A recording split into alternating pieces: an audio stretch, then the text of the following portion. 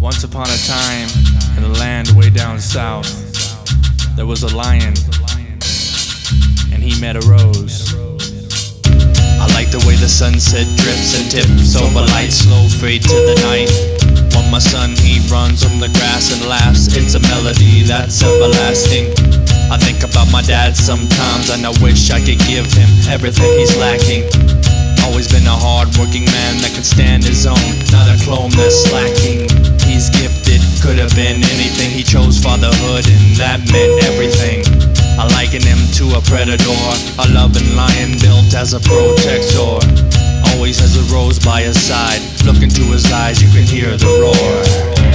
This is a story about a lion and a rose. That's a typical story about the parents he chose. This is a story about a lion and a rose.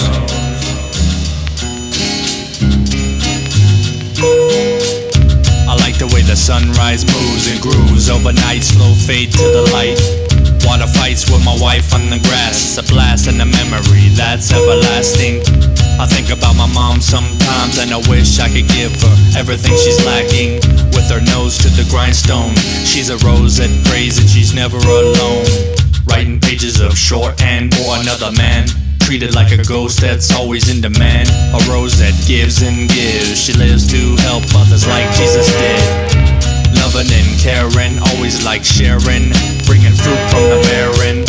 I liken her to a red rose, beautiful and bold.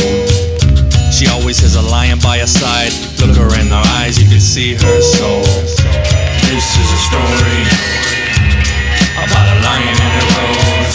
That's a typical story about the parents he chose. This is a story about a lion and a rose.